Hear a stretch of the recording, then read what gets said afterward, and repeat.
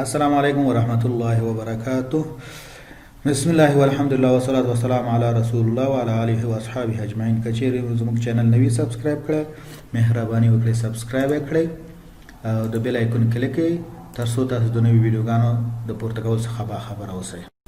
اوس راځو په فایند او سرچ باندې کار کوو. دا هم د ټیکس فنکشن او د کټګوري څخه دی چې مثلا ته په دې کې موجود دی په دې لیست فنکشن کې. دا ګوره سرچ فایند او دا ټول په دې پورې مربوط دي.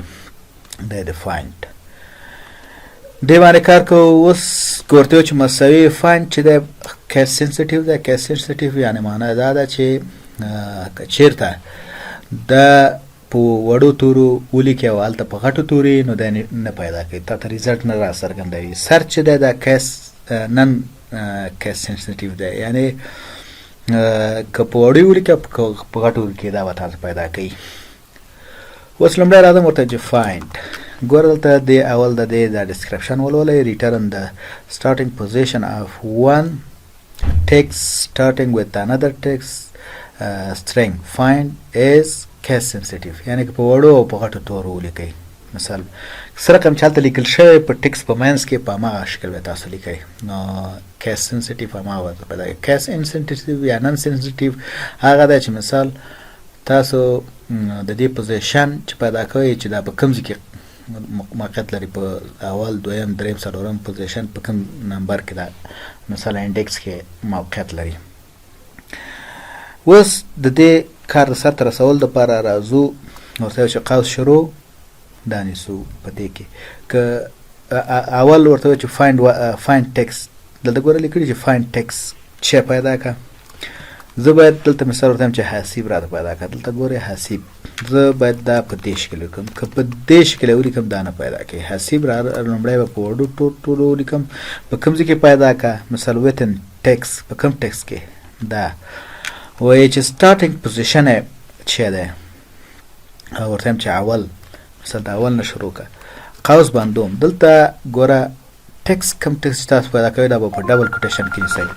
دا به په ډبل کوټیشن کې نیسئ او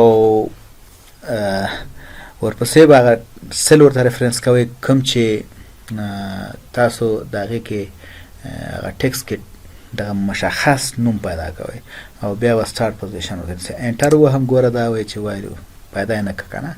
نو که چېرته زه دا بېرته په غټ حروفو کوم انټر کوم ګوره وایي اووم پوزیشن کې ده. په اووم یو دوه درې څلور پنځه شپږ اووم، ګوره اووم پوزیشن کې دا شروع شوی.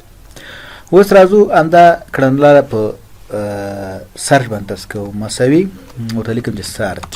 ګوره دا سرچ ریټرن د نمبرز اف د کریکټر at which specific character or text starting is the first found reading left to right. د چپخانه ښي خواته، دواړه د چپخانه ښي خواته ریډینګ کوي. دا وایي چې ناټ کیس سنسټیو.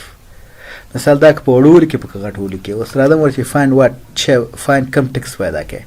ورته چې حاسب پیدا کوم، بیا قوس بندوم کاما ورته ولیکه. دې کې ورته چې حاسب راته پیدا کړه. دلته ورته چې بیا کاما او راځم ورته چې سټارټ پوزیشن یې 1 قوس بندوم انټر کوم. ګوره دا ماته پیدا که په وړو. ګوره دلته په وړو ټولو لیکل. دلته د دې اول حرف غټ دی. اوس په دې دواړو کې یو مشکل شته، ستونزه شته چې مثال کله ډبل کلیک کې ګوره دلته وایي چې وایلو. د دې مشکل د حل کولو لپاره څه کوئ تاسو ورته چې مثال فایند قوس دلته ورته چې ایرور. مثال دلته ایرور قوس شروع اف ایرور. اول ورته لیکي چې اف ایرور نه دی وبخئ، اف ایرور دا دی. اف ایرور مثال قوس شروع کوئ. دا فایند د قوس کې د دې اف ایرور په داخل کې دا راولئ. مثال ته ورته کاما ورکوئ. که چېرته مشکل و ستونزه پکې وه ورته چې پوزیشن ناټ فاوند، پوزیشن ناټ فاوند. مثال د دې ټکس پوزیشن پیدا نه شو. دلته ګورئ دې باندې ډبل کلیک کړئ.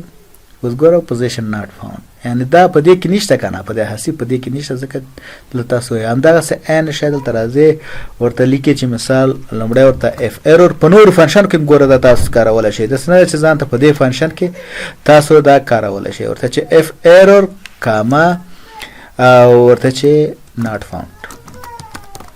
فاوند چې دې باندې ډبل کلیک کوو لاندې تر لاندې پر دا ګوره وایي چې ناټ فاوند هر ټکس چې تاسو خپل د خوښې ورکړو داسې نه چې تاسو ورته ولیکئ چې پوزیشن ناټ فاوند یا ناټ فاوند دا د سرچ فایند او اف ایرور فنکشن چې دلته مو د مختلفو کړنلارو سره ترسره کړه الله تعالی وکړي چې دې درس څخه تاسو ګټه پورته کړې وي که مو دا ویډیو خوښه وي نو لایک یې کړئ خپل وړاندیز د کمنټس په برخه کې زموږ سره شریک کړئ دا ویډیو د خپل ملګرو سره هم شریکه کړئ چې تر څو هغوی هم د دې ویډیو څخه ګټه پورته کړي ستاسو څخه نړۍ مننه چې تر دې دمه زموږ سره وئ